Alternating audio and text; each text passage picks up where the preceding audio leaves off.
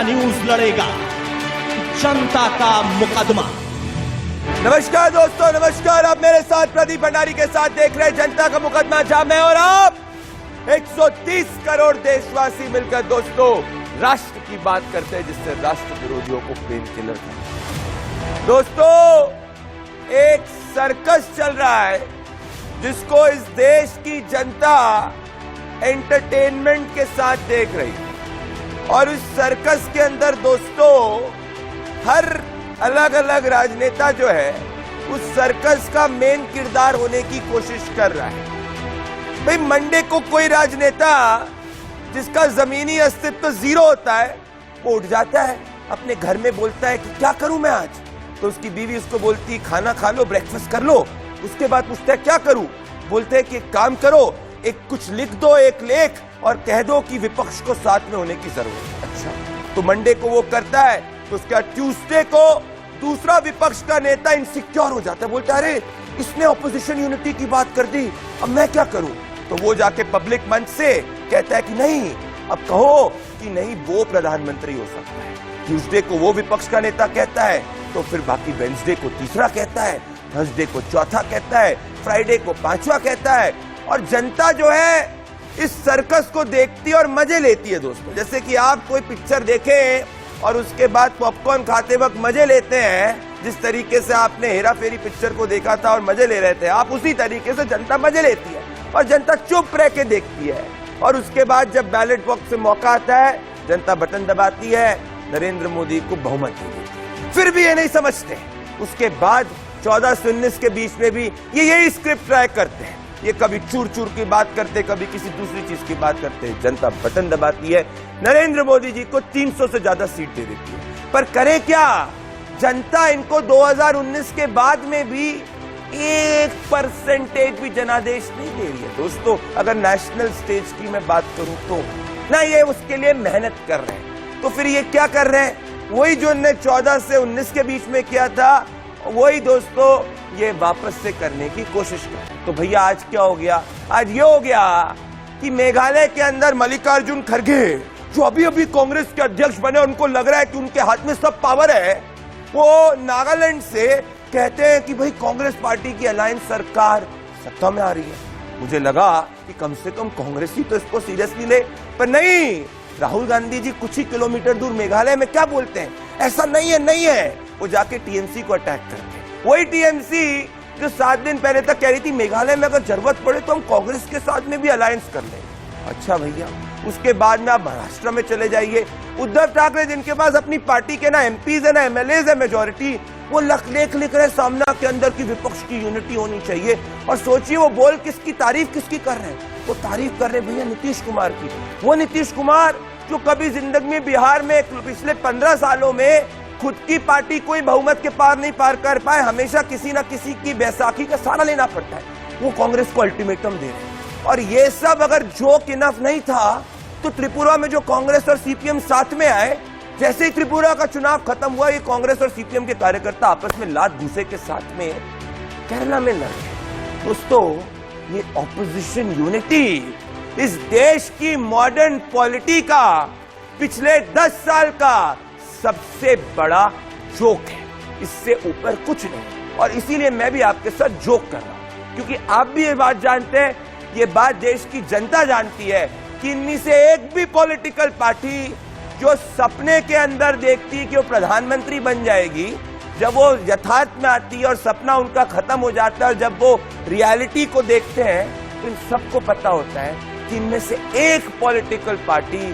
100 seat भी नहीं ला सकती नरेंद्र मोदी के खिलाफ, प्रधानमंत्री को दूर की बात है। और इसीलिए मेरा आज का आरोप जो आप अपने टेलीविजन स्क्रीन पर देख रहे हैं दोस्तों, मेरा आरोप है कि विपक्षी एकता एक मजाक बनकर रह गया है। और मेरी दलील जो करोड़ों हिंदुस्तानियों की दलील है कि मोदी को 2024 में हराना विपक्ष के लिए बहुत कठिन है। देखिए ऑपोजिशन यूनिटी का आज का जोक, उसके बाद मैं अपने मुकदमे की शुरुआत अपने पैनलिस्ट के साथ करूंगा।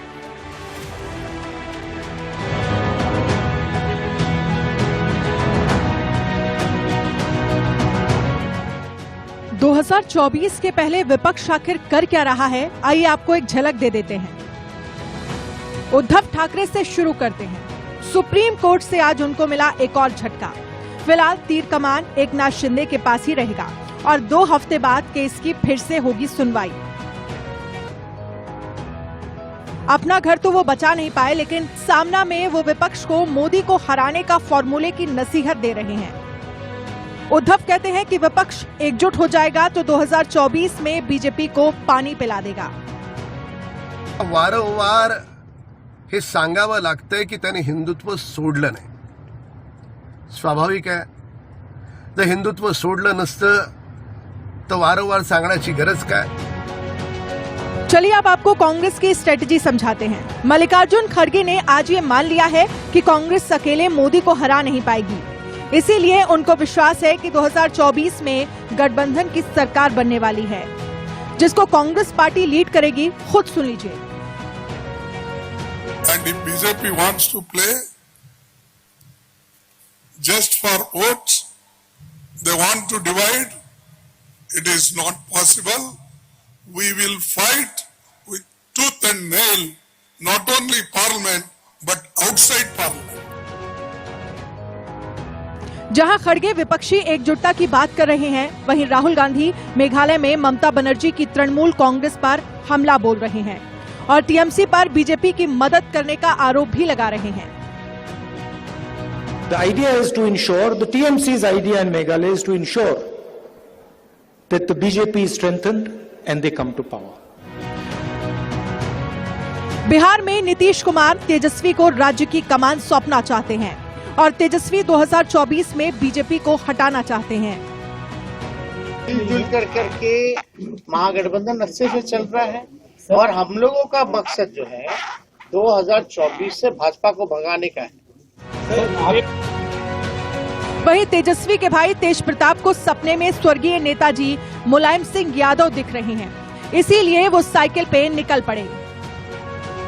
देखा और सपने में नेताजी आए थे मुलायम सिंह जी, तो उन्होंने बहुत सारी बातें हमसे की और कि आज हमारे मन में आया कि आज चलते हैं साइकिल से। कुछ दिन पहले विपक्ष के कुछ और नेता जब केसीआर के मंच पर साथ आए, तब उन्होंने अपना एजेंडा क्लियर कर दिया कि वो कांग्रेस के बिना ही एक मजबूत फ्रंट बनाएंगे।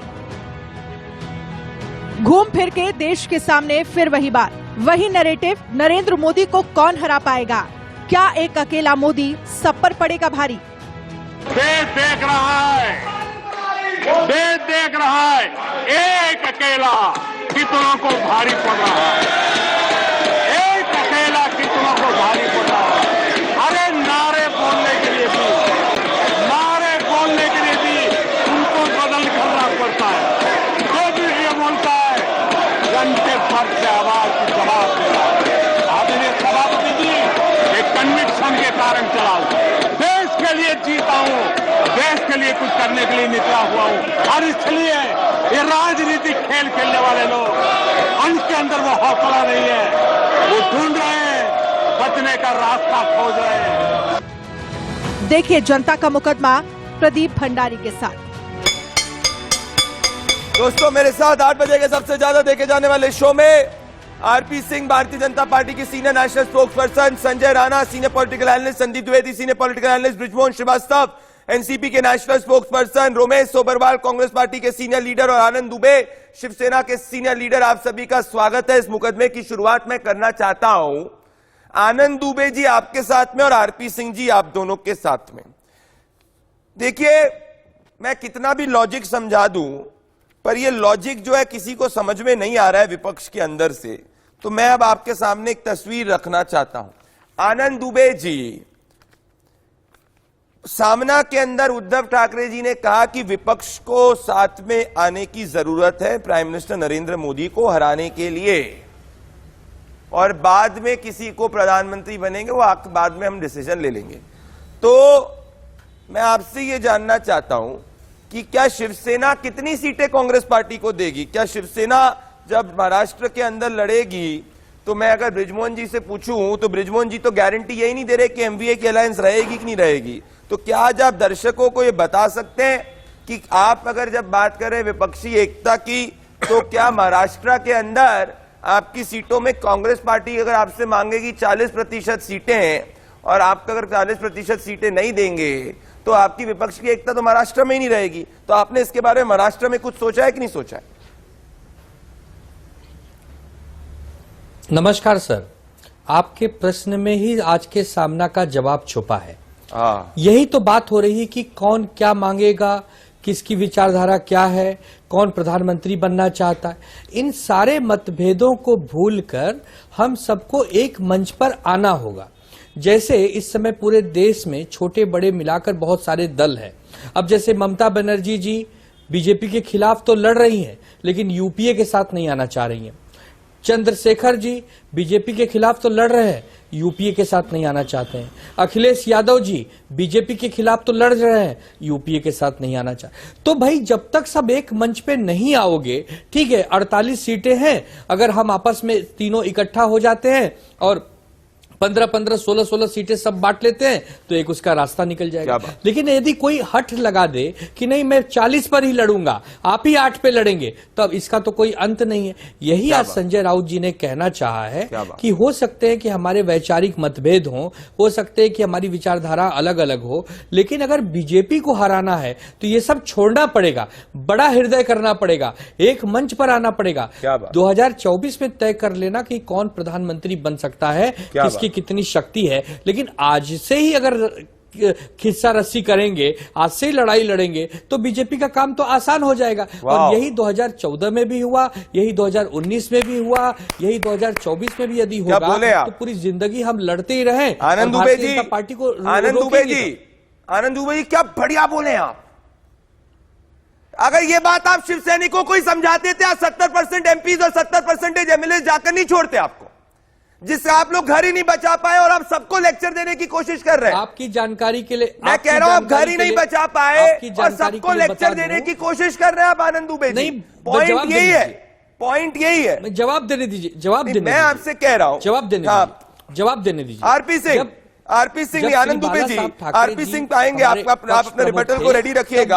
पर आरपी सिंह जी तभी हमें प्रदीप जी आरपी सिंह जी आएंगे। आनंद दुबे जी आपने अपनी सुना, मैं आऊंगा आपके पास। आरपी सिंह जी, जो व्यक्ति की रिलेशन, जो व्यक्ति अपने घर को ही नहीं संभाल पा रहा है, वो पूरी दुनिया को लेक्चर दे रहा है कि घर के अंदर किस तरीके से रहना है, घर में लोगों को कैसे साथ में लेके चलना है, किसका क्या ख्याल रखना है। इससे बड़ा जोक क्या हो सकता है? अच्छा, आनंद दुबे जी से पूछिए, इन्होंने 3 पार्टी का जिक्र किया, ये अपने नए पार्टनर चौथी पार्टी को प्रकाश अंबेडकर जी को भूल गए, उनकी जो वंचित बहुजन अघाड़ी है उसको भूल गए। अभी तो इन्होंने समझौता किया और उसमें तो शायद उन्होंने पूछा भी नहीं जाकर सोनिया माता जी से और श्री एनसीपी के चीफ से शरद पवार जी से नहीं पूछा, उन्होंने समझौता कर लिया उनके साथ। तो ये कौन सी गठजोड़ की बात कर रहे हैं, कैसा गठजोड़ की बात कर रहे हैं? वो तो अपना रास्ता खुद खोज रहे हैं ऑलरेडी। वो अगले 2024 में एनसीपी और कांग्रेस के बाहर जाकर, शरद पवार और सोनिया गांधी से बाहर जाकर चुनाव लड़ने की तैयारी कर रहे हैं। वो बीएमसी का चुनाव ये इकट्ठे लड़ेंगे नहीं लड़ेंगे, इनसे इतना पूछ लीजिए। 2024 तो बहुत दूर है। और क्या छूट दे दी, क्या उन्होंने हाँ कर दी है बाकी दो इनके जो घटक दल हैं कि वो अंबेडकर जी के साथ, प्रकाश अंबेडकर के साथ समझौता करें? तो क्या कि ये ख्याली पुलाव बनाते रहते हैं, गठजोड़ बनाते रहते हैं, अपने हिसाब से बनाते रहते हैं। सीधी सीधी बात है, इनके पास मैं 4 प्रश्न पूछूंगा और 4 प्रश्नों के उत्तर दे दें। इनके पास देश के अंदर जो आज 50 करोड़ लोगों को आयुष्मान भारत के अंतर्गत जो आज इलाज मिल रहा है फ्री, जो किसान सम्मान निधि में 10 करोड़ से ऊपर किसानों को किसान सम्मान निधि मिल रही है, वो हर घर में बिजली, हर घर में पानी, और 3 करोड़ बहनों के सिर पे छत का जो मामला है, उस नीति का कोई काट है? और मैं एक एक्सपेरिमेंट कर रहा हूं अपने शो पे, मैं एक्सपेरिमेंट कर रहा हूं। आनंद दुबे जी और बृजमोहन जी को दिखाए, नहीं मैं आनंद दुबे जी और बृजमोहन जी को दिखाए, संजय राणा, संदीप द्विवेदी और आपके पास रमेश सुबरवाल में आ रहा हूं। आनंद दुबे जी, मैं आपके पास आपको मौका देना चाहता हूं, आनंद दुबे जी और बृजमोहन जी को आमने सामने दिखाए। और मैं चाहता हूं, मैं मानता हूं एज अ वेल विश, मैं कहता हूं कि चलिए कि ये यूनिटी होती कि नहीं होती, हम शो पे ही एक्सपेरिमेंट करके देखते हैं। बृजमोहन जी, आप कहिए प्रकाश अंबेडकर के साथ में हाथ में हाथ पकड़कर माननीय शरद पवार जी स्टेज पर खड़े होंगे और प्रकाश अंबेडकर जी की तारीफ करेंगे। आज मेरे शो पे ये प्लीज ऐलान कर दीजिए, आप कर दीजिए। प्रदीप जी, शायद आपको मालूम नहीं है कि इसके पहले प्रकाश अंबेडकर साहब राष्ट्रवादी कांग्रेस पार्टी के साथ काम कर चुके हैं। नहीं, आप करिए ना, आप क्या बुराई है? नहीं, अभी करिए। क्यों नहीं उनके साथ काम किया जाना चाहिए? करिए। क्यों नहीं काम करना चाहिए उनके साथ? क्या बुराई है उनमें? वो भी देश के प्रति सोचते हैं, वो आदरणीय अंबेडकर साहब के पौत्र हैं, उनके साथ काम करने में क्या आपत्ति हो सकती है किसी को? और अगर वो भारतीय जनता पार्टी के खिलाफ अगर चुनाव लड़ना चाहते हैं और उसमें साथ देना चाहते हैं महाविकास आघाड़ी का, तो क्या बुराई है इसमें? उनका वो बिल्कुल पूरी तौर से सादर पार्टी महाविकास आघाड़ी का हिस्सा बन रहे हैं। इसमें क्या, मैं नहीं सोचता इसमें किसी प्रकार की कोई आपत्ति किसी को भी है। ये बात जरूर है कि उन लोगों के पेट में दर्द हो रहा है जो भाजपा समर्थक है या जो बीजेपी है, उनको तकलीफ हो रही है कि आदरणीय अंबेडकर साहब के आने से जो दलित वोट है वो जो बरगलाने का काम भारतीय जनता पार्टी करती है वो नहीं कर पाएगी, इतनी सी बात है। और आपने कहा महाविकास आघाड़ी का वजूद है, था और रहेगा, उसमें कोई कमी नहीं आना। मैं ये कह रहा हूं आनंद दुबे जी, क्या आप राहुल गांधी को एज प्राइम मिनिस्टर उम्मीदवार अपना स्वीकारेंगे कांग्रेस पार्टी के जो मेन लीडर है आपके? क्योंकि आज मल्लिकार्जुन खड़गे ने मान लिया है कि एक पॉलिटिकल पार्टी बीजेपी को हरा ही नहीं सकती, और वो सामना में उद्धव ठाकरे जी ने भी मान लिया है कि एक भी आपकी पॉलिटिकल पार्टी भारतीय जनता पार्टी को नहीं हरा सकती। तो मैं आपसे ये पूछना चाहता हूं कि क्या आप मान रहे हैं कि राहुल गांधी जी को आप एंडोर्स करेंगे एज प्राइम मिनिस्टर ऑफ ये आपकी अलायंस, जो बिल्कुल मैं कहना चाहता हूं नमक स्वाद के अनुसार काम करती है भैया, जहां जैसा है उस हिसाब से काम करती है। आनंद दुबे साहब आज डिक्लेयर कर दी। भंडारी साहब, आपने शायद सामना का अग्रलेख पढ़ा नहीं, उसमें यही कहा गया है कि पिछले 2-4 महीनों में राहुल गांधी जी की प्रतिभा में जो निखार आया है, उनका कुशल नेतृत्व जो उभर कर सामने आया है, और कांग्रेस पार्टी के सर्वोच्च बड़े नेताओं में से एक है, तो उनका नेतृत्व तो कांग्रेस हमेशा स्वीकारती रही है। अब चूंकि हम उनके सहयोगी हैं, हम उनके वेल विशर हैं, तो हम भी उनका नेतृत्व स्वीकारेंगे। इसमें हैरानी या प्रश्न चिन्ह कहां लगता है? हम बार बार कह रहे हैं कि 2024 में जब समय नजदीक आएगा तब हम तय कर लेंगे कि कौन प्रधानमंत्री का उम्मीदवार है, लेकिन उसके पहले एक मंच पर आने की प्लेटफॉर्म तो बनानी पड़ेगी, एक व्यू रचना पड़ेगा जो बीजेपी को रोक सके। अन्यथा एक 50 दल अगर यही तो कंफ्यूजन है। मैं कंफ्यूजन कह रहा हूं sir, confusion Romesh Sobarwal, Sandeep Dwivedi, confusion ये है कि मल्लिकार्जुन खड़गे नागालैंड के अंदर कहते हैं कि भैया, नागालैंड के अंदर कहते हैं कि कांग्रेस पार्टी के साथ सभी पॉलिटिकल पार्टीज बात कर रही है, और उसी के बाजू में मेघालय के अंदर राहुल गांधी टीएमसी को बोलते हैं स्कैम वाली है, पोस्ट पोल वायलेंस वाली पार्टी है। वही कांग्रेस और सीपीएम जो साथ में आते हैं, कांग्रेस केरला के अंदर आपस में लड़ते हैं। 7 दिन पहले अभिषेक बनर्जी कहते हैं भैया कि देखो कांग्रेस के साथ हम पोस्ट पोल अलायंस करने के लिए तैयार है मेघालय में, और आज राहुल गांधी अभिषेक बनर्जी की पार्टी को ही कहते हैं कि स्कैमस्टर वाली पार्टी है। तो आप लोग इतने कंफ्यूज्ड है आप में कि एक पॉलिटिकल पार्टी का दूसरे पॉलिटिकल पार्टी को वोट तक ट्रांसफर नहीं होता, और आप लोग ये घर बैठे अपोजिशन यूनिटी की बात करते रहते हैं। मैं ये कह रहा हूं संदीप द्विवेदी, क्या ये जोक बन चुका है? ये जोक बन चुका है कंफ्यूजन। अब संदीप द्विवेदी और Romesh Sobarwal, it's a big joke. Brijmohan ji आ रहा हूं आपके पास, Sandeep Dwivedi it's a big joke. RP Singh आ रहा हूं मैं आपके पास, Sandeep Dwivedi it's a big joke. देखिए बिल्कुल सही कहा प्रदीप जी, क्योंकि कंफ्यूजन ही कंफ्यूजन है भैया, बिल्कुल हर जगह कंफ्यूजन है। बिल्कुल आपने सही कहा, इतनी कंफ्यूजन है कि सभी पार्टियां सभी पार्टियों से बात कर रही हैं, और ये इतनी गहराई से बात कर रही है कि 2024 का इलेक्शन तो छोड़िए, 2029 का इलेक्शन भी निकल जाएगा, तब तक भी इनकी बात खत्म नहीं होगी। अगर एक पार्टी के साथ मिलकर एक प्लेटफॉर्म पर सब बात कर रहे होते तो शायद बात बन जाती। दरअसल कंफ्यूजन का आलम है जो आज ये कह रहे हैं कि हम बीजेपी को 100 सीटों पर समेटना चाहते हैं। मुझे लगता है कि वो टारगेट ये लेके चल रहे हैं कि कहीं हम 100 के नीचे ना समेट जाएं, और इसको कैसे बचा लें। जिस तरीके से मोदी जी की लोकप्रियता बढ़ रही है, और जिस तरीके से कहीं ना कहीं भारतीय जनता पार्टी ने जो प्रोजेक्ट इंप्लीमेंट किए पिछले 7-8 साल में, उनका जो आउटपुट आ रहा है, आज इन्हें डर सता रहा है कि कहीं हमारी 2-2, 4 जो सीटें हैं वो भी कहीं ना बचें। और राहुल गांधी जी हारे चुनाव, राहुल गांधी जी को स्मृति ईरानी जी ने हराया चुनाव, उसके बाद से लेकर एक भी बार राहुल गांधी जी ने यह तक ओपनली नहीं कहा कि मैं अमेठी में वापस से चुनाव लड़ने के लिए तैयार हूं। आप देश छोड़िए यार, आप देश छोड़ दीजिए। रोमेश सोबरवाल जी, आप ये सिंपल एग्जांपल ले लीजिए। भारत जोड़ो यात्रा उत्तर प्रदेश से जाती है, अखिलेश यादव उसको ओपनली जो है उसके अंदर भाग नहीं ले पाते। समाजवादी पार्टी बीएसपी साथ में 2019 के पहले में आई थी, कुछ नहीं बिगाड़ पाई थी, जिसको कहा गया था अलायंस ऑफ अलायंस, सबसे बड़ा जो है महा अलायंस। मुझे बताइए रोमेश सोबरवाल, ये क्यों जोक देश की जनता के सामने कर? आप में से एक भी पॉलिटिकल पार्टी 100 सीट लाने की स्थिति में नहीं है। आप गवर्नमेंट को आगे भूल जाइए। आज मुझे बताइए आप कौन 100 सीट गिना दीजिए अगर आप लेके आ जाए।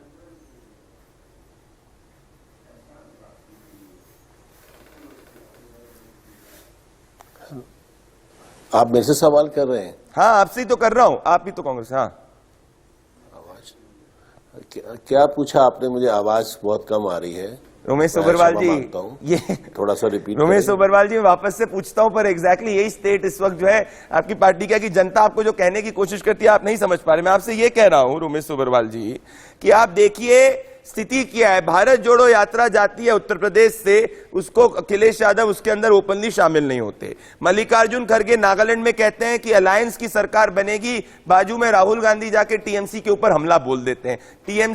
सीपीएम और कांग्रेस साथ में आते हैं, केरला के अंदर आपस में लड़ते हैं विद इन मिनट्स ऑफ आपके त्रिपुरा चुनाव के बाद में। तो देश की जनता के सामने क्या जोक आप प्रेजेंट करने की कोशिश कर रहे हैं? आप लोग एक मंच पे साथ में आ जाइए। मैं कह रहा हूं जितने भी आपके पॉलिटिकल पार्टीज एक मंच पे साथ में आ जाइए। नीतीश कुमार आपको धमकी दे रहे हैं कि अगर मुझे नहीं बनाया प्रधानमंत्री पद का उम्मीदवार तो फिर आप देख लेना कि क्या हश्र हो जाएगा कांग्रेस पार्टी का। नहीं प्रदीप भाई, देखिए हमारी पार्टी के, हम कांग्रेस पार्टी की ज्यादातर सरकार इस देश में आजादी के बाद रही है। इस समय हमारे 3 राज्यों में अलायंस हैं। तमिलनाडु में अलायंस है, बिहार में अलायंस है कांग्रेस पार्टी का, महाराष्ट्र में आपको मालूम है कि अलायंस था, किस तरीके से वहां लोकतंत्र की हत्या करके वहां पे पूरा टॉपल किया गया है। देश में अगर लोकतंत्र को बचाना है, देश में अगर बेरोजगारी को हटाना है, देश में अगर महंगाई को खत्म करना है, नोटबंदी को खत्म करना है और देश के प्रॉपर्टी को अडानी और अंबानी के हाथ में नहीं बिकने देना है, तो भारत की जनता को ये सोचना पड़ेगा। इसीलिए प्रोजेक्ट कैंसिल हुए अडानी जी के शुरू हुई है कि लोकतंत्र को राजस्थान में बचाने कितने प्रोजेक्ट कैंसिल हुए अडानी जी के? छत्तीसगढ़ में कितने प्रोजेक्ट कैंसिल हुए अडानी जी के? नहीं, मैं देखिए, अरे बचाना छोड़िए, पहले छत्तीसगढ़ राजस्थान जो आपके हाथ में उसको तो बचाइए। समय बताएगा राजस्थान की जनता क्या फैसला करती है। हमें उम्मीद है कि अशोक गहलोत जी समस्या तो यही है कि ये जनता के मुद्दों की बात करना नहीं चाहते हैं। जनता के मुद्दों की बात कब इलेक्शन के बाद करेंगे? आज आपस में आप बात करने के लिए बैठे, आपकी सहमत नहीं बन रही है। जनता के मुद्दों पे कब आप चर्चा करेंगे? क्या अदानी से जनता के ऊपर कोई फर्क पड़ता है? क्या आपने जनता के बेसिक मुद्दों की बात की? आप अदानी अंबानी उसी एक घिसे पिटे राग को बार बार अलाप रहे हैं जिसको जनता सुनना नहीं चाह रही है। आप कभी तो जनता के बेसिक मुद्दों की बात करिए, तब तो जनता आपको वोट दे। क्या आपको अदानी अंबानी या लोकतंत्र खतरे में, अरे भ्रष्टाचार में आप लोग जेल जा रहे हैं, आपके ऊपर कार्रवाई हो रही है, तो जनता को इससे क्या लेना देना? भाई जनता के हित की आपने बात की, आप बार बार तुष्टीकरण की बात करते हैं। भाई जनता को तुष्टीकरण से क्या लेना देना? आप जनता के हित की बात करिए। आज जनता खुश है कहीं ना कहीं, इसीलिए जनता आज मोदी जी के साथ खड़ी है। आप बताइए, राहुल गांधी ने कभी जनता के हित की बात की? उल्टे सीधे रोमेश सोबरवाल क्यों नहीं करी? आप मुझे 5 मुद्दे बता दीजिए जिसमें राहुल गांधी ने कहां नहीं जाते हो? किसानों के आंदोलन में गए, क्या मिला? पूरे भारत में, क्या मिला? किसान आंदोलन में यात्रा आपको क्या मिला? आपने तुरंत रिजल्ट भी देख लिया किसान आंदोलन के बाद क्या हुआ आपका? अभी आपने यात्रा निकाल ली, यात्रा का भी आपको रिजल्ट मिल गया तुरंत। मैं एक और पॉइंट ऑफ कंफ्यूजन बताना चाहता हूं ब्रिजमोहन जी। हमें कहां मिल गया? रमेश सोबरवाल, देखिए मैं एक और पॉइंट ऑफ कंफ्यूजन बताना चाहता हूं। मैं एक और पॉइंट ऑफ कंफ्यूजन बताना चाहता हूं, मेरी बात सुनिए। ब्रिजमोहन जी और आरपी सिंह आएंगे। आनंद दुबे आ रहा हूं आपके पास। ब्रिजमोहन जी और आरपी सिंह आएंगे, आ रहा हूं मैं आपके पास आ रहा हूं मैं संजय राणा जी। मैं कह रहा हूं ब्रिजमोहन जी, एक और पॉइंट ऑफ कंफ्यूजन देखिए। आरपी सिंह जी, आज आम आदमी पार्टी ने मेयर का जो एक इलेक्शन है वो जीता। उसके बाद आम आदमी पार्टी ने क्या बोला कि कांग्रेस पार्टी ने भारतीय जनता पार्टी की मदद करी मेयर इलेक्शन के अंदर। और राघव चड्ढा ने क्या बोला कि भैया अगर कोई नरेंद्र मोदी जी को हरा सकता है तो उनका नाम है अरविंद केजरीवाल। अच्छा भाई, कल तक बाकी नीतीश कुमार बोल रहे हैं कोई अगर नरेंद्र मोदी जी को हरा सकता है तो वो नीतीश कुमार है। राहुल गांधी जी की पार्टी बोल रही है अगर कोई नरेंद्र मोदी जी को हटा सकता है तो राहुल गांधी। पहले निर्णय तो कर लो कि भाई हराएगा कौन। ऐसा थोड़ी है कि मंडे को आम आदमी पार्टी कहे कि कांग्रेस बीजेपी की बी टीम है, ट्यूसडे को शिवसेना कहे कि कोई दूसरी बीजेपी की बी टीम है। ये आपस में एक दूसरे को बी टीम, सी टीम, डी टीम बीजेपी की कह रहे हैं और सच में बी सी डी ई साथ में आने की कोशिश कर रहे हैं। This is completely logical. R P Singh ji, R P Singh, उसके बाद फिर बृजमोहन जी। पहली बात तो मैं बृजमोहन जी से एक निवेदन और करूंगा। प्रकाश अंबेडकर जी का एक बयान है 23 जनवरी का, जरा कृपा कर वो भी पढ़ लें, जिसमें वो प्रधानमंत्री मोदी जी की तारीफ कर रहे हैं। तो क्या आप उस बयान के पक्ष में हैं? पहली बात। दूसरी बात, असल में क्या है कि ये सबके सब प्रधानमंत्री के कैंडिडेट हैं। ये केजरीवाल साहब तो गए थे वहां पर चुनाव लड़ने के लिए और गंगा जी में डुबकी लगा कर कही थी कि मैं यहां से छोड़कर जाऊंगा नहीं, अब दिल्ली जाऊंगा नहीं, यहीं रहूंगा, मैं चुनाव हारूं या जीतूं, और वहां से भागकर दिल्ली फिर आ गए। इसी प्रकार केसीआर हैं, उन्होंने अपनी पार्टी का नाम भारत से जोड़ दिया और कहने लगे अब मैं ऑल इंडिया पार्टी हो गया हूं। केजरीवाल साहब ने कुछ वोट ले लिए गुजरात के अंदर, पर कुछ 6 या 7% वोट ले लिए तो हम नेशनल पार्टी हो गए। अरे उनसे पहले तो नागालैंड की और नॉर्थ ईस्ट की पार्टियां नेशनल पार्टी हो चुकी हैं, जो अलग अलग राज्यों में परसेंटेज वोट, इनसे ज्यादा परसेंटेज वोट ले जा चुकी है। तो इसलिए नेशनल पार्टी बनने का ख्वाब देखने के लिए जमीन पे उतरना पड़ता है। इनसे पूछे मध्य प्रदेश में, राजस्थान के अंदर, यूपी के अंदर कहाँ हैं इनकी पार्टियां, जहाँ उड़ीसा के अंदर, जहाँ बंगाल के अंदर कहाँ हैं इनकी पार्टियां। तो एक एक राज्य के कन्फाइंड पार्टियां हैं, या 1.5 राज्य की कन्फाइंड पार्टी है आम आदमी पार्टी, वो अपने आप का सपना देखती हैं। परंतु देखे, मैं कह रहा हूं सपना देखने में कोई बुराई नहीं है, परंतु कृपा कर एक नीति तो बताओ। अभी कह रहे थे सब्बरवाल साहब की हमने ये किया। अरे मैं पूछ रहा हूँ, राहुल गांधी 10 दिन का वादा कर आए थे राजस्थान के किसानों को कि मैं कर्जा माफ कर दूंगा, और बाद में बृजमोहन जी, पुलिस की आज पहली बार मैं कहना चाहता हूं, आप जो है ना, आज आप पहली बार जो है थोड़ा सा कम पढ़े।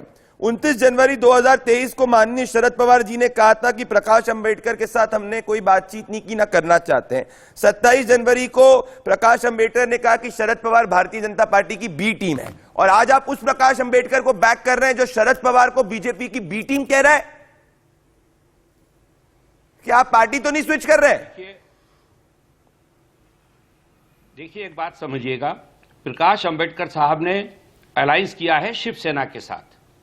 शिवसेना, राष्ट्रवादी कांग्रेस पार्टी और कांग्रेस तीनों एक साथ है। उनका साथी अगर उनके साथ है तो हम लोगों को क्या आपत्ति हो सकती है। और उनके इस बयान को, जो बयान उन्होंने दिया है, इस पे उनसे बैठ के बातचीत कर ली जाएगी। मैं नहीं सोचता है कि इसमें कोई विवाद की जरूरत है।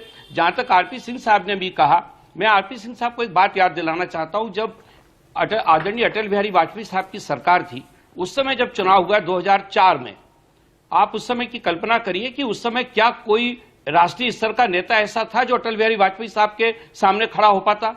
क्या कोई आपको नाम याद आता है जिन्होंने कि वहां पर अपने आप को प्रधानमंत्री के रूप में रखा हो?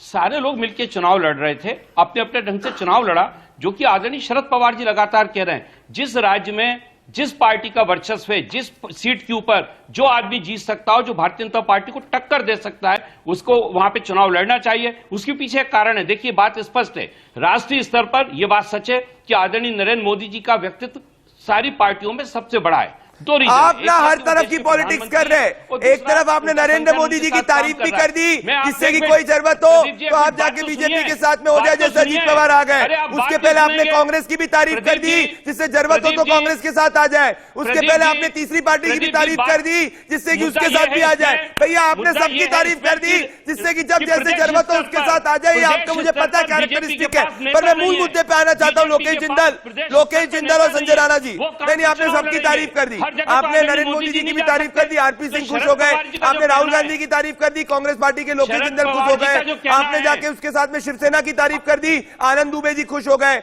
आप सबकी तारीफ कर गए, जिससे आपने अपने सबके डोर ओपन करके चुके। Brijmohan ji, I have read between the lines. पर मैं कहना चाहता हूं कि संजय राणा आ रहा हूं, आनंद दुबे आऊंगा आपके पास, मुझे पहले लोकेश जिंदल के पास आ रहा हूं, और निश्चिंत रहिए आप। लोकेश जिंदल के पास आना चाहता हूं, लोकेश जिंदल और संजय राणा जी के पास। देखिए आज का जो बहुत बड़ा मुद्दा है, प्रदीप जी, हाँ, आप बोलने का मौका नहीं दे। बोलिए। प्रदीप जी, आपने मेरी बात कहने का मुझे मौका नहीं दिया है। रोमेश ओबरवाल के पास आऊंगा मैं बोलिए 10 सेकंड बोलिए। बृजमोहन जी, सबकी तारीफ कर दी, सबके द्वार खुले। इसके बाद आपके डिबेट पे नहीं आया करूंगा। बोलिए प्रदीप जी, मैं आपकी डिबेट पे नहीं आया करूंगा। बोलिए करेंगे तो बोलिए। हाँ, नहीं, आप बात क्यों नहीं सुन रहे? फिर बोलिए। मेरा कहना ये अब कि आपने सबकी तारीफ राज्यों में कर दी तो बताऊंगा ना, आदरणीय बोलिए शरद बोलिए। आदरणीय मोदी जी, आप बात तो सुनिए। राज्यों में जो नेतृत्व है वहां पर भारतीय जनता पार्टी कमजोर है। राष्ट्रीय स्तर पर उनके पास नरेंद्र मोदी जी हैं, लेकिन महाराष्ट्र में कौन है आप बताइए मुझे? उड़ीसा में कौन है आप बताइए मुझे? तमिलनाडु में 24 कौन है राज्य का बताइए चुनाव है आप कि मुझे? राष्ट्र का चुनाव है? कौन है उनके पास नेता? 24 राज्य का चुनाव है कि राष्ट्र का चुनाव है? जो भारतीय जनता पार्टी को टक्कर देना चाहते हैं उनके लिए जरूरी है कि वो अपने अपने राज्यों में अपनी स्थिति को मजबूत करें। यही आदरणीय शरद पवार जी कह रहे हैं। नहीं, आपसे बताइए 24 का चुनाव राज्य का चुनाव है कि राष्ट्र का चुनाव है? हमारी रणनीति तो होगी कुछ। हम नरेंद्र मोदी जी को आप बताइए मुझे, उड़ीसा में क्या लेके बात करेंगे? क्या रणनीति? उड़ीसा में कहां क्या बात करेंगे? रणनीति? महाराष्ट्र में आज शरद पवार जी से बड़ा कोई नेता है क्या? देखिए ब्रिजमोहन जी, बीजेपी के ब्रिजमोहन जी पास? मेरी आप बात बताइए सुनिए। मुझे, ब्रिजमोहन क्या जी, तमिलनाडु में कोई नेता है? ब्रिजमोहन जी ठंडे दिमाग से मेरी बात सुनिए। ब्रिजमोहन जी ठंडे दिमाग से मेरी बात सुनिए। मुझे पता है कि ठंडे आज दिमाग जो से है बात कर रहा हूं। आज मुझे पता है मेरे आर्ग्यूमेंट्स ने आपको थोड़ा सा ज्यादा जो है ना एक बार टेकन बैक कर लिया, हो जाता है कभी कभी Brijmohan ji. It is gone outside the syllabus. आपने बीच में बात रोक दी। ब्रिजमोहन जी सुनिए, उसके बाद आपने बोला मेरी बात सुनिए, उसके बाद आपने बोल दिया ना, हो गया। अब सुनिए मेरी बात, मैं आपको बता रहा हूं, आज ध्यान से आप सुनिए। और मैं चाहता हूं आपके जैसा नेता जो है आरपी सिंह चाय की चुस्की ले रहे, पर गंभीरता से मेरी बात को सुनिए। आप क्या रणनीति की बात कर रहे हैं? मल्लिकार्जुन खड़गे कह रहे हैं सबको अलायंस कर लो, संजय राणा अलायंस कर लो, अलायंस कर लो, अलायंस कर लो। उसी के बाजू में जाके राहुल गांधी जी जाके तृणमूल पार्टी के अभिषेक बैनर्जी और तृणमूल पार्टी को कह रहे हैं कि भैया ये लोग स्कैम वाली पार्टी है। वही अभिषेक बैनर्जी जो 7 दिन पहले तक कह रहे थे कि हम राहुल गांधी के साथ अलायंस करने के लिए तैयार है। ये ओपन वॉर हो चुकी है, यहाँ पे ओपन वॉर हो गई है। ट्विटर पे आप जाके देखिए अभिषेक बैनर्जी ने क्या बोला है। मैं पढ़ूंगा आपके सामने ट्वीट। लोकेश ने, मैं कहना चाहता हूँ रोमेश सोबरवाल और संजय राणा के पास आना चाहता हूँ। रोमेश सोबरवाल और संजय राणा के पास आना चाहता हूँ। ये ओपन वॉर हो गई है Sanjay Rana, this is an open war. या Pradeep, good evening and good evening fellow panellist. देखिए ऐसा होता है कि 1989 में एक सीरियल आया था मुंगेरी लाल के हसीन सपने।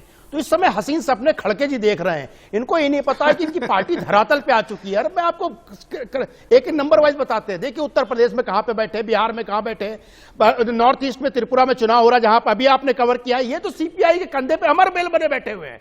आप बंगाल में देख लीजिए इनकी हालत क्या है, मध्य प्रदेश में देख लीजिए इनकी हालत क्या है, राजस्थान में देख लीजिए इनकी हालत क्या है, महाराष्ट्र में देख लीजिए इनकी हालत क्या है। लेकिन सपने ऐसे देख रहे हैं कि प्रधानमंत्री राहुल गांधी बन जाएंगे। अरे पहले तो ये डिसाइड कर लीजिए कि राहुल गांधी को विपक्षी लोग अपना नेता मानते हैं कि नहीं। क्या ममता बनर्जी राहुल गांधी जी को नेता मानेंगी? क्या केसीआर उनको अपना नेता मानेंगे? INC has failed to resist the BJP. The irrelevance, incompetence, insecurity has put them in a state of delirium. I urge Rahul Gandhi to visit their politics of vanity instead of attacking us. Our growth isn't driven by money. It's people's love that propels us. Hindi में अर्थात जो अभिषेक बैनर्जी ने राहुल गांधी को कहा है कि Congress party में कोई कॉम्पिटेंस नहीं है, वो इनसिक्योर है, घबराई हुई पार्टी है। मैं राहुल गांधी को कहना चाहता हूं कि हमारी पॉलिटिकल पार्टी आपके जैसे पैसे पे नहीं पलती, हम पीपल के ट्रस्ट पे पलते। ये बीजेपी नहीं कह रही कांग्रेस को, तृणमूल पार्टी कह रही है कांग्रेस को। बिल्कुल उसके सुनिए और by the same logic, when Congress contested 92 seats in Bengal elections in 2021, was their idea to help the BJP? मतलब अभिषेक बैनर्जी कह रहे हैं कि कांग्रेस पार्टी ने 2021 में अंदर भारतीय जनता पार्टी को मदद करने की कोशिश करी। राहुल गांधी का जो स्टेटमेंट है वो बंगाल के कल्चर के अगेंस्ट है। ये मैं नहीं कह रहा भैया, ये कोई और नहीं कह रहा, ये अभिषेक बैनर्जी कह रहे हैं, लोकेश जिंदल, रोमेश सोबरवाल जी। बिल्कुल, रोमेश सोबरवाल जी इतने सीनियर लीडर है अब कांग्रेस पार्टी के। अब इस पे क्या कहेंगे? मैं रोमेश सोबरवाल जी का रिएक्शन लेना चाहता हूं। रोमेश सोबरवाल जी, ये अभिषेक बैनर्जी जो 7 दिन पहले तक आपके साथ अलायंस करना चाह रहे थे, विद 7 days बैक अभिषेक बैनर्जी का स्टेटमेंट था कि मेघालय के अंदर की तृणमूल पार्टी कांग्रेस पार्टी के साथ में अलायंस करने के लिए तैयार है अगर हंग हाउस होता है तो। 7 दिन बाद राहुल गांधी गए, उन्होंने अभिषेक बैनर्जी को अपना एनिमी बना दिया। बोलिए प्रदीप जी, ममता बनर्जी बेसिकली कांग्रेस की लीडर रही हैं और वो यूथ कांग्रेस की स्टेट की प्रेसिडेंट भी रही हैं। मैंने और उन्होंने इकट्ठे हमने असम में काम किया है स्टूडेंट कांग्रेस की NSY की तरफ से। मैं जानता हूं कि जब हमको देश को जरूरत पड़ेगी तो वो राहुल गांधी के साथ खड़ी रोमेश सोबरवाल जी, ये बताइए राजी जी ममता की बनर्जी हैंडपिक- राहुल गांधी को अपना नेता मानेंगे? अब मेरी बात सुनिए, ये मुझे कहने बताइए दीजिए आप। कांग्रेस से मैं बहुत बीच में दूर निकल बोलता के हूं गए किसी के। हैं, दूसरी मुझे पार्टियों में कभी बने, किसी की- लेकिन उनको नेतृत्व करने की क्षमता होनी चाहिए। आपकी अपनी मानता हूं पार्टी में आपकी उनकी बात। आप सुन तो एक्सेप्टेंस लीजिए नहीं है। मेरे लो- आप सुनना नहीं G23 चाहते। के लोग वहां छोड़ के चले गए, मैं कुछ बड़े और से कह- बड़े आप वरिष्ठ सुनना नेता नहीं आपकी चाहते। कांग्रेस पार्टी के छोड़ के चले आप गए सुनना नहीं इनके चाहते, क्या इनके करें? आचरण के कारण। और आपको लग मैं रहा कुछ है और- कि केसीआर, आप सुनना नहीं अरविंद चाहते। केजरीवाल, मैं सुन- ममता बनर्जी, अखिलेश यादव जी, नीतीश कुमार जी, ये लोग इनको अपना नेता मानेंगे? अरे मैं मान सकता हूं कि मैंने उद्धव कुछ कहा ठाकरे है। उनको नेता मान ले कि मैं फिर उद्धव कहां कह रहा ठाकरे हूं? खुद भी एक फेलियर है, जो एक फेलियर होता है दूसरे फेलियर को सपोर्ट कर सकता है। लेकिन हमें नहीं लगता है कि कोई भी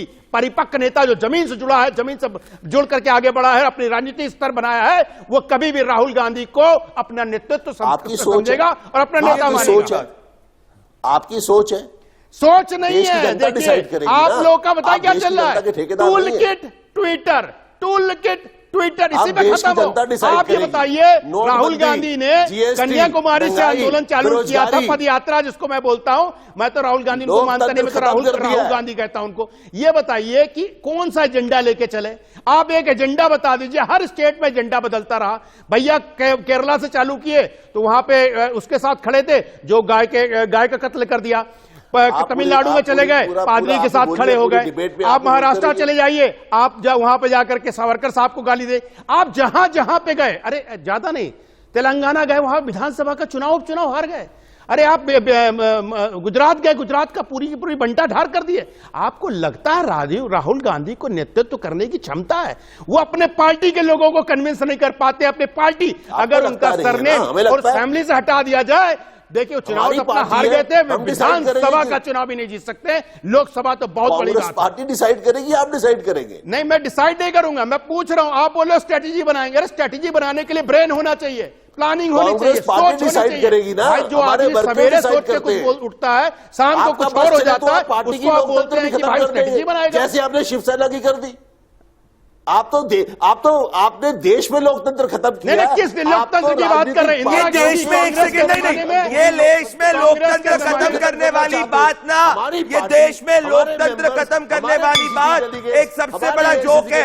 आज की तारीख में इस देश में 10 से ज्यादा नॉन बीजेपी गवर्नमेंट्स है। तो अगर लोकतंत्र खत्म हुआ है तो बोल दीजिए कि वहां पे भी ईवीएम हैक हुआ है, और केरला में भी लोकतंत्र खत्म है, उड़ीसा में भी लोकतंत्र खत्म है, बंगाल में भी लोकतंत्र खत्म है, छत्तीसगढ़ में भी लोकतंत्र खत्म है, राजस्थान में भी लोकतंत्र खत्म है, पंजाब में भी लोकतंत्र खत्म है, दिल्ली में भी लोकतंत्र खत्म है। पहले बोल दीजिए देश के लोकतंत्र की बात में बात कर। मतलब जब आप जीते तो कहें कि लोकतंत्र है, जब आप हारे तो लोकतंत्र खत्म हो गया। ये नहीं बनता भाई। एक बार निर्णय ले लीजिए, लोकतंत्र है कि नहीं है।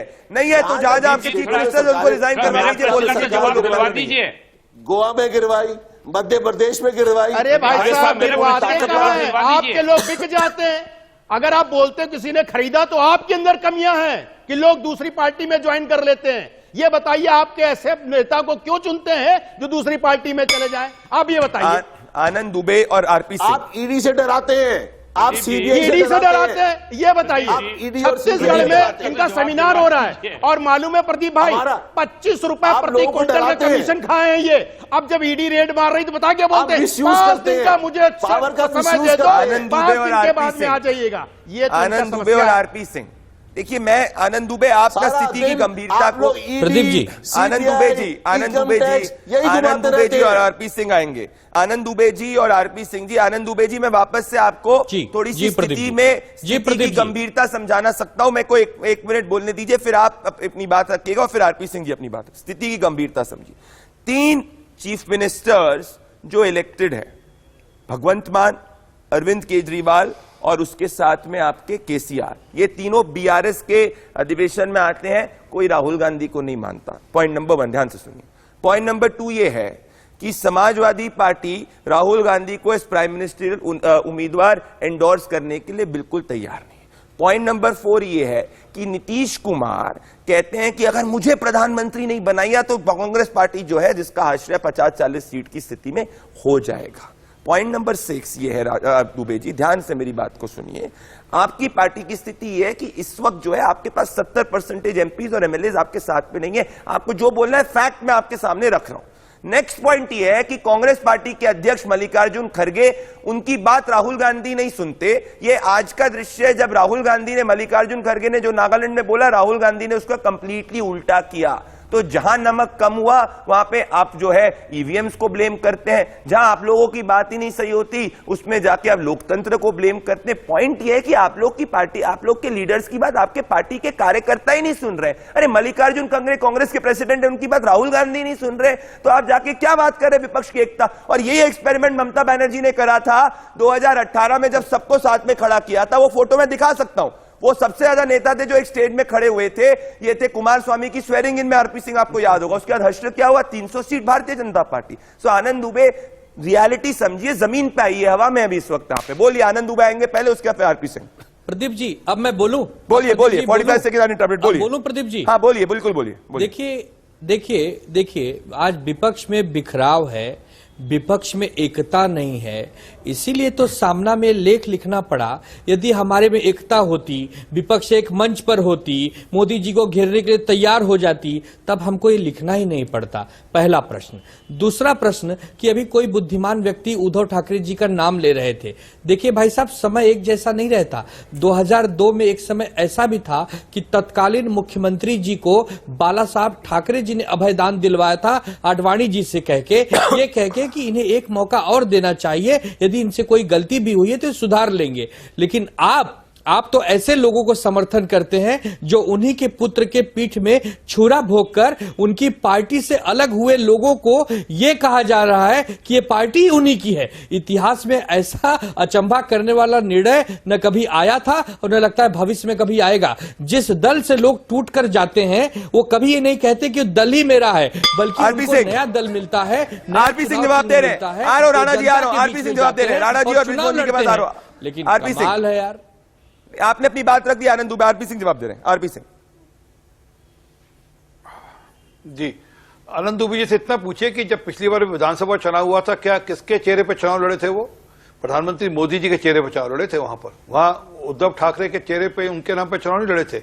बाला साहब ठाकरे जी के चेहरे पर लड़े थे। बाला साहब ठाकरे जी के चेहरे पर चुनाव लड़े थे। बाला साहब ठाकरे जी ने शरद पवार जी को दुष्ट बोला था और सोनिया गांधी को इटालियन लेडी बोला था। फैक्ट बता रहा हूं बस मैं आपको, बोलिए। मैं उस पर बाला साहब ठाकरे जी ने प्रतिभाताई पाटिल और प्रणब मुखर्जी जी को समर्थन किया था राष्ट्रपति के चुनाव में। आगे बोलिए। कभी से तो बोलिए, आरपी सिंह जवाब दें आप। आरपी सिंह, ये सोनिया गांधी को और प्रतिभा पाटिल को एक पेडिस्टल पे देख रहे हैं, बोलिए।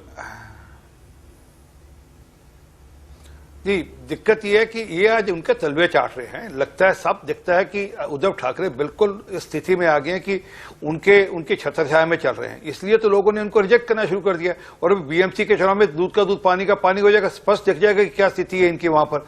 परंतु जो मूल बात है, मैं फिर पूछ रहा हूं, क्या इनके पास कल चुनाव करवाइए, हिम्मत है तो, समाज हिम्मत है तो कल चुनाव आगे बढ़ाने की नीतियां हैं? अरे सर,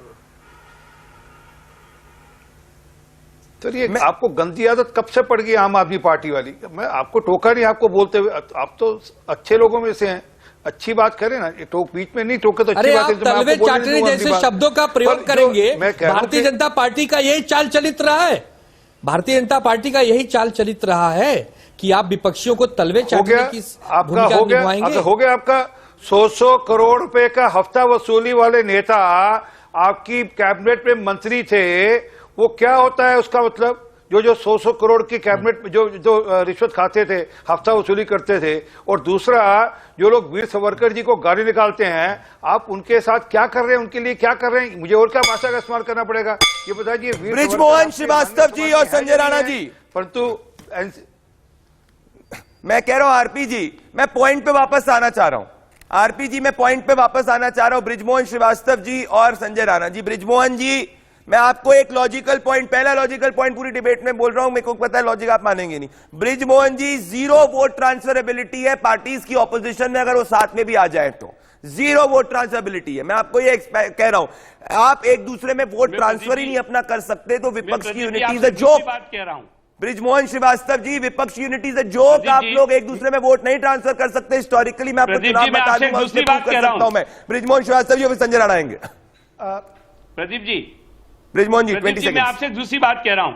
अभी यहाँ पर नाम लिया गया आदरणीय ममता बनर्जी साहब का, आदरणीय अखिलेश यादव जी का, आदरणीय केसीआर का, आदरणीय आप मुझे केजरीवाल बताइए, साहब का, इनमें से आदरणीय कौन ऐसा है डीएमके जो स्टालिन बीजेपी के साहब साथ का, जाने को तैयार है? सबका आपको तो नाम ही आदरणीय याद, नरेंद्र नेताओं का मोदी नाम को याद नहीं है। प्रधानमंत्री के रूप में मानने के विपक्षियों का लिए। कितने विपक्षी नेता हैं, आप विपक्ष को ये एकता तीन- बनाने यही तो में नाम लिया कोशिश अभी कर रहे आपने। हो। मैं तीन लोगों की बात कर रहा हूँ। आप आदरणीय ये ममता बता बनर्जी, दीजिए सर, आदरणीय अखिलेश अगर यादव 2 जी, दूनी 4 हो रहा आदरणीय होता केसीआर, पॉलिटिक्स में, आप बताइए तो इनमें उत्तर से प्रदेश तीनों में में से कौन मोदी जी 2019 में मोदी जी मान्यवर के साथ जाएगा? ममता सॉरी तीनों में से मायावती कौन और अखिलेश जी मोदी का जी के साथ जाएगा, गठबंधन ये हुआ नाम था। बताइए। आपने उसका रिजल्ट देख लिया। आप ये बताइए अरे मैं आपसे जो कि पूछ रहा हूँ, ये बताइए, इन तीनों में से आपका कौन मोदी गठबंधन जी के साथ जाएगा? ज्यादा दूर नहीं है। आपका अरे गठबंधन तीनों में से त्रिपुरा मोदी जी के साथ CPI कौन से हुआ है। जाएगा? ये तो अभी बताइए। रिजल्ट पता चल जाएगा क्या होने वाला है। अरे आपका फिर वही बात गठबंधन बहुत है जगह कि हुआ इन है तीनों में कांग्रेसियों से, का। लेकिन इन तीनों लोगों में से मेरे कौन पास मोदी जी के समय साथ- इतना ही है। आरपी सिंह जी, बृजमोहन श्रीवास्तव जी, संजय राणा, संदीप द्विवेदी, आनंद दुबे और मेरे दोस्त रोमेश सोबरवाल जी, मैं सिर्फ एक ही तथ्य आखिरी में कहता हूं दोस्तों, इस देश के अंदर लोग पर्सनालिटीज को वोट कर रहे हैं, ये ग्राउंड से समझ में आ रहा है। और आज की स्थिति में आप किसी भी सर्वे को उठा के देख लीजिए, देश के सबसे पॉपुलर लीडर जो देश की जनता के बीच में, उनका नाम प्राइम मिनिस्टर नरेंद्र मोदी है। It's as simple as that. मेरे साथ जुड़ने के लिए बहुत बहुत धन्यवाद। नमस्कार।